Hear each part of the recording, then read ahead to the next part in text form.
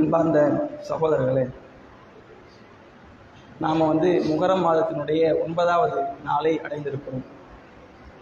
இந்த நாளிலே நாம் நோன்பு வைத்திருக்கிறோம். நாளைய தினம் 10வது நாள், ஆஷுராவுடைய தினம். நமக்கெல்லாம் தெரியும், ஆஷுராவுடைய நாள் என்பது சிறந்த ஒரு நாள். முகரம் மாதம் இறைவனால் புனிதப்பட்ட ஒரு மாதம், போர் செய்ய தடை செய்யப்பட்ட மாதம். அதில் ஆஷுராவுடைய நாள் அதுவும் ஒரு சிறந்த நாள்.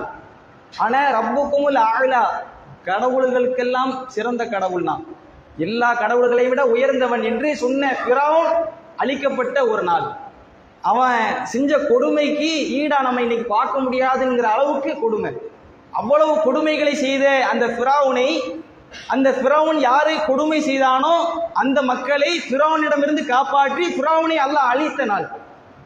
அந்த நகரத்திற்கு யாரை அவன் பலவீனப்படுத்தினானோ அவர்களை உரிமையாளனாக அல்லாஹ் ஆக்கிய நாள்.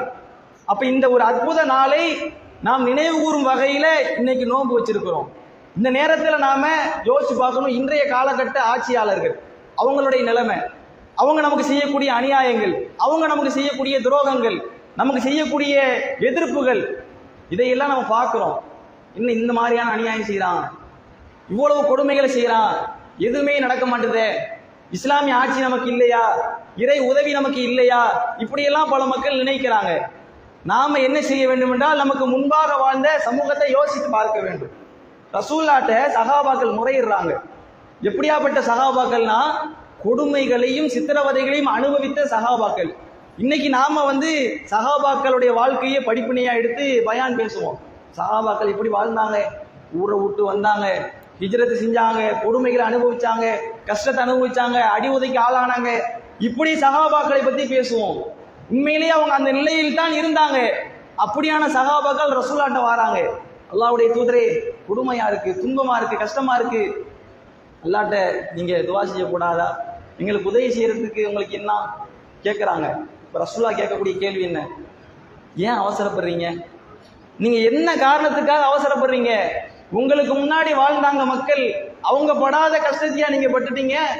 ரசூல்லா அவங்களுக்கு முன்னாடி உள்ள சமூகத்தை சொல்லி காட்டுறாங்க. அவங்க குழி தோண்டப்பட்டு அதிலே புதைக்கப்பட்டு இரு கூறுகளாக வெட்டப்பட்டாங்க, இரும்பு சீப்புகளால் கிழிக்கப்பட்டாங்களே அப்படின்னு அதை நினைவுபடுத்துறாங்க. அப்ப நாம என்ன செய்ய வேண்டும் என்றால், இன்னைக்கு நமக்கு வரக்கூடிய துன்பங்களை நினைத்து துவண்டு விடக்கூடாது. கஷ்டம் வரும், இஸ்லாமியனா கஷ்டம் வரும். உலகத்துல மனிதன் கஷ்டத்தை அனுபவிக்கக்கூடிய சூழல் தான் அல்லாஹ் ஏற்படுத்தி இருக்கிறான். அத்துனியா சிஜ்னுல் முஃமினீன், உலகம் என்பது ஒரு மூமினுக்கு சிறைச்சாலை.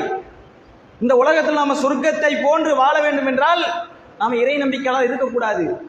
நாம இறை நம்பிக்கையாளரா, உலகம் சிஜின் தான், சிறைச்சாலை தான். இறை நம்பிக்கை அல்லாதவங்களுக்கு தான் ஜன்னத்து. நாம சொர்க்கத்தை போல இந்த உலகத்துல வாழன்னு நினைச்சா நாம இறை நம்பிக்கையை விட்டு போகத்தான் வேணும். அப்ப இறை நம்பிக்கையில் நாம் இருக்கின்ற வரை சோதனை நம்மை சூழ்ந்து கொள்ளும்.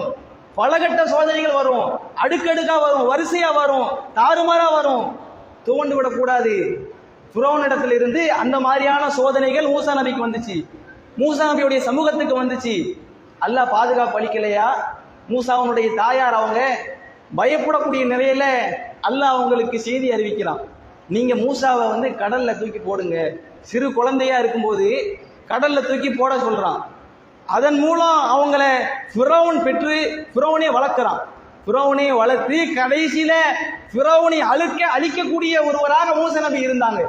அல்லாஹ் எப்படி ஒரு உதவி செஞ்சிருக்கிறான் பாத்தீங்களா? ஆண் மக்களை எல்லாம் கொண்டு குவிச்ச அந்த ஃபிரௌன், அவன் ஒரு ஆண் மகனை வளர்க்க வச்சு அவன் கையாலேயே தன்னுடைய அழிவை ஏற்படுத்த வைக்கிறான். அல்லாஹ் உதவி செய்வான்.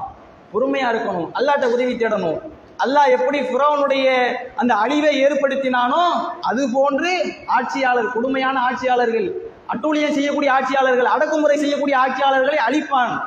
அவர் யாரையெல்லாம் அடக்குமுறை செய்தார்களோ அவர்களை வாரிசாக்குவான். நம்மை அல்லாஹ் வாரிசாக்க காத்து கொண்டிருக்கிறான். நாம என்ன செய்யணும்? பொறுமையாக இருக்கணும், அதை எதிர்பார்த்து இருக்கணும். இறை உதவியின் மீது அளப்பரிய நம்பிக்கை வைக்கணும். மூசா நபி நம்பிக்கை இழக்கல்ல. அந்த மக்கள் கூட கொஞ்சம் தடுமாறுறாங்க. பின்னாடி ஃபிரௌனுடைய படம் வருது, முன்னாடி கடல், நம்ம கதை முடிஞ்சிட்டு. ஆனா மூசா நபி இல்ல, என்னோட என் இறைவன் இருக்கிறான், நம்பிக்கையோடு இருந்தாங்க. நாமளும் அந்த நம்பிக்கையோடு இருந்தோம் என்றால் அல்லாஹ் நமக்கு நிச்சயமாக உதவி செய்வான். இறை உதவியை எதிர்பார்த்தவர்களாக இந்த உலகத்தில் வாழ வேண்டும். அதே அடிப்படையில் நாம் வீழ வேண்டும் என்று கூறி என்னுடைய இந்த உரையை முடித்துக் கொள்கிறேன்.